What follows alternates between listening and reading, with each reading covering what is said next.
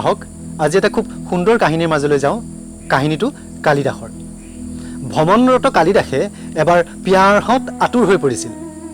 তেওঁ কিছু দূৰৈত এগৰাকী মহিলাই কুৱাৰ পৰা পানী তুলি থকা দেখা পাইছিল তেওঁ মহিলাগৰাকীৰ ওচৰলৈ গৈছিল আৰু মহিলাগৰাকীক কৈছিল হে মাতৃ মোক অলপ পানী দিয়া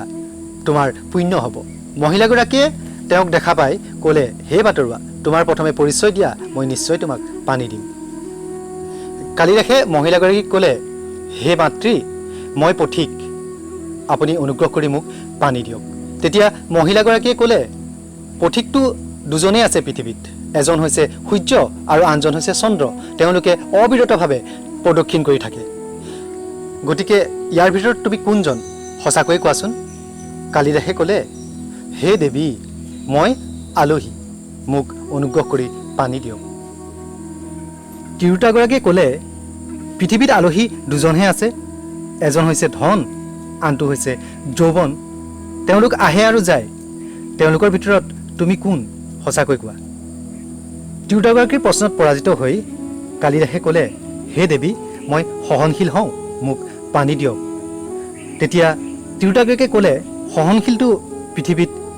দুটা বস্তুৱে আছে এক হৈছে ধৰিত্ৰী অৰ্থাৎ পৃথিৱী যি পাপী আৰু পুণ্যাত্মাসকলৰ ভৰ বহন কৰি আছে যাৰ বক্ষ বিদাৰি বীজ দিয়াৰ পাছতো ফল প্ৰদান কৰি আছে আৰু আনজন সহনশীল হৈছে বৃক্ষ অৰ্থাৎ গছ যাৰ গালৈ শিলগুটি মাৰিলেও যাক ফৰমুঠি মাৰিলেও সকলোকে ফল প্ৰদান কৰি আছে তিৰোতাগৰাকীয়ে ক'লে তুমি সহনশীলটো নহয় তেতিয়াহ'লে প্ৰকৃততে তুমি হয় কোন কোৱা কালিদাসৰ মূৰ্ছা পাই অৱস্থা তেওঁ প্ৰাণ যায় যায় পিয়াহত আতুৰ তেওঁ কান্দি কান্দি ক'লে হে দেৱী মই হতাশ হওঁ মই বাৰে বাৰে আহোঁ তেতিয়া তিৰোতাগৰাকীয়ে ক'লে তুমি পুনৰ মিছা কথা কৈছা চুলি আৰু নখে হতাশ নহয় সি বাৰে বাৰে আহে তুমি ব্ৰাহ্মণ নেকি সঁচা কোৱা কোন তুমি কালিদাসৰ ধৈৰ্য হেৰাই গ'ল তেওঁ কান্দি কান্দি চিঞৰিবলৈ ধৰিলে হে দেৱী মই পৰাজিত হৈছোঁ মই মূৰ্খ তিৰোতাগৰাকীয়ে তেতিয়া ক'লে তুমি কেনেকৈ মূৰ্খ হ'বা মূৰ্খটো দুজনহে আছে এজন ৰজা যি ৰাজশাসনৰ নিয়ম নীতি নাজানি শাসনভাৰ কান্ধত লয় আৰু আনজন হৈছে ৰাজপণ্ডিত যি ৰজাক ভাল কৰি ৰাখিবলৈ ৰজাৰ লগত ভাল হৈ থাকিবলৈ মিছাতেই তেওঁৰ তোষামোদ কৰে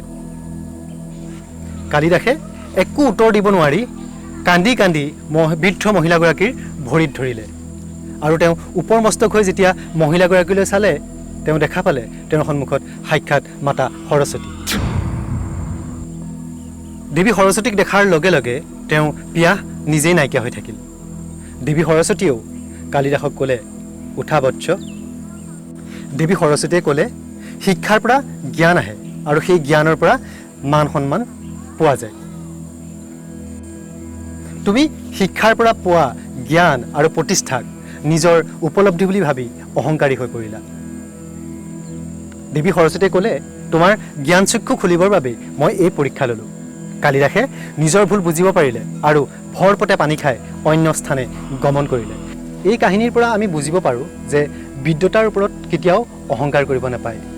বিদ্যতাৰ ওপৰত অহংকাৰ কৰিলে বিদ্যতাৰ গৰিমা নষ্ট হয়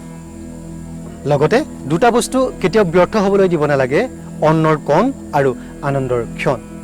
কাহিনীটো কেনেকুৱা লাগিলে কমেণ্ট বক্সত জনাব আৰু উৎসাহ পাবৰ বাবে চেনেলটো ছাবস্ক্ৰাইব কৰি দিব ধন্যবাদ